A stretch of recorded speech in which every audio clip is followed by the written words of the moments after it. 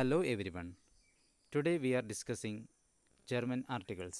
First, we are discussing about bestimmter article. There, the, thus. These are the bestimmter article.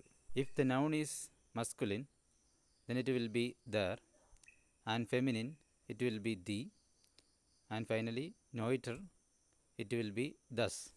For example, man is masculine, so singular is their man, and woman is feminine, so it will be the Frau, and girl is a neuter, so it will be das Mädchen.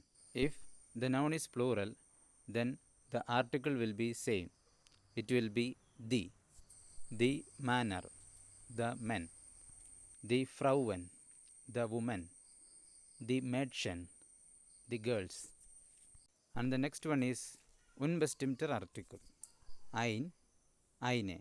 These are the two unbestimmter article. If the noun is masculine, then it will be ein. Man, it's a masculine word, so it will be ein man. Woman, it is a feminine, so it will be eine Frau. Girl is neuter, so it will be ein Mädchen. There is no plural forms for unbestimmter article.